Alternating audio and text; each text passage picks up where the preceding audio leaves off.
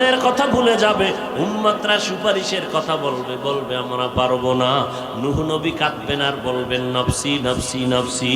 এইভাবে সব নবীরা কান্নায় বিভোর হয়ে যাবে।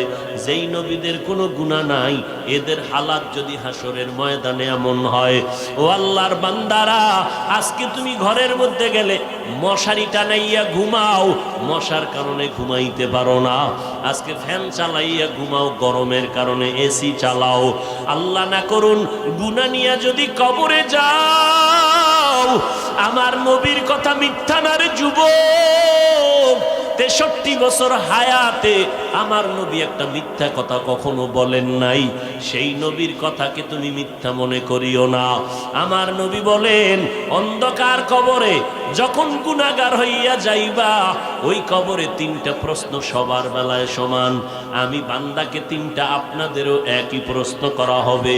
কে মাওলানা, কে মুফতি, কে ধনী, কে গরিব, কোনো ভেদাভেদ হবে না।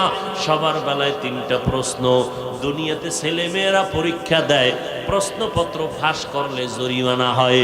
আর আল্লাহর সিস্টেম কেমন? প্রশ্নগুলো ফাঁস করে দিলেন, কবরে কি প্রশ্ন হবে। এরপরেও যদি জবাব দিতে না পারো, কপাল পোড়া ছাড়া কিছুই না রে বাবা। সবার বেলায় প্রশ্ন 3টা। রবের পরিচয় দাও, ধর্মের পরিচয় দাও, রাহমাতুল লিল আলামিনের পরিচয় দাও। এই 3টা প্রশ্নের জবাব আমি হুজুর পারবো তার কোনো গ্যারান্টি নাই।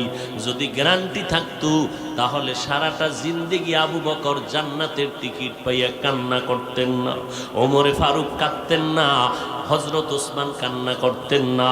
হযরত ওসমানের ইতিহাস পড়ো, কবরের কিনারা দিয়ে গেলেই হাউমাউ করে চিল্লাইয়া কান্না করতেন। মনে হয় বৃষ্টির মতো পানি পড়ে, দাড়ি মোবারক ভিজিয়া যাইতো। ওসমান, আপনি এত কান্না করেন কেন কবর দেখলে? ওসমান বলেন, মানুষের মরণের পরে প্রথম ঘাটি কবর, এখানে যদি আটকায় যায় তো বাকি ঘাটিতেও খবর হয়ে যাবে। এই কথা স্মরণ করে আমি কান্না করি।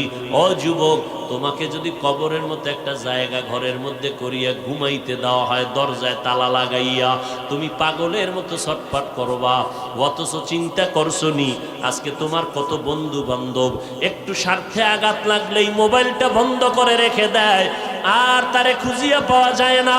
দেখো, দুনিয়াতে কেউ তোমার আমার আপন নাই। মা বাবা বলো, 2-3 দিন কান্না করার পর ওই কবরের মধ্যে মাটি দিয়ে সবাই চলে যাবে।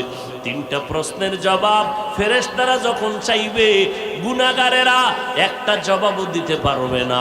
নবী বলেন, শুধু বলবে হা হা লা আদরি, আফসোস আমি কিছুই জানি না। আল্লাহ